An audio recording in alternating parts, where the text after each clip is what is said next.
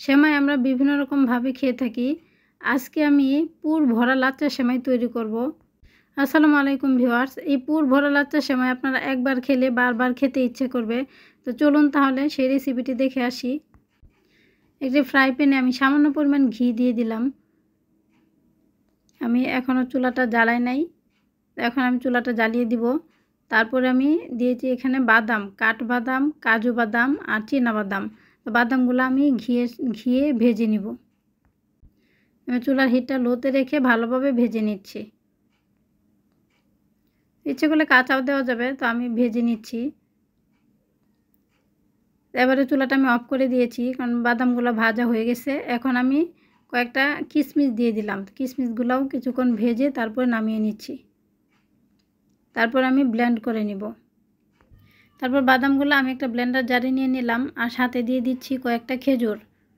তো তারপরে আমি 1 চা চামচ পরিমাণ দিব কনডেন্স মিল্ক। এখন আমি সবগুলো উপকরণ ব্লেন্ড করে নিচ্ছি। যে ফ্রাই প্যানে বাদামগুলো ভেজেছিলাম সেখানে আমি 1 কাপ পরিমাণ লাচ্চা সেমাই নিয়ে নিলাম। চুলাটা এখন আমার অফ করা আছে।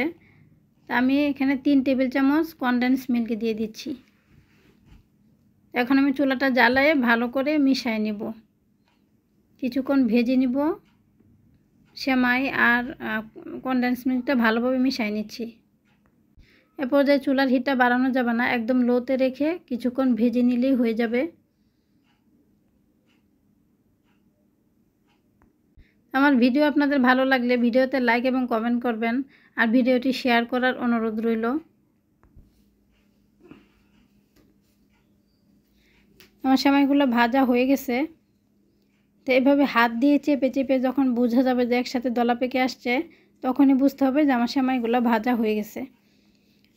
এবারে আমি বানিয়ে নিচ্ছি। তা ওই নাস্তাগুলো বানানোর জন্য আমি একটা চামচ নিয়েছি, ডালের চামচ। তা আপনারা চাইলে কুকি কাটার দিয়েও বানাতে পারবেন। প্রথমে চামচে আমি কিছুটা সেমাই দিয়ে দিলাম। তারপরে আমি যে বাদাম এবং খেজুরের যে ব্লেন্ড করে রেখেছিলাম পুরটা, সেই পুরটা দিয়ে দিব মাঝখানে। তারপরে উপরে আবার সেমাই দিয়ে ভালো করে চেপে নিলেই আমার নাস্তাটা তৈরি হয়ে যাবে। একটু হাত দিয়ে চেপে চেপে ভালোভাবে বসায় নিতে হবে, তাহলে একদম আটকে যাবে। এবার হাতের তালুটা দিয়ে একটু চেপে নিলেই পুর ভরা সেমাই তৈরি হয়ে যাবে।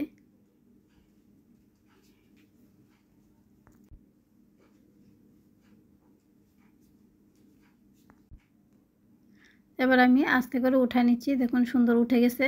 আর কিছুটা ঠান্ডা হলে আরও শক্ত হয়ে যাবে।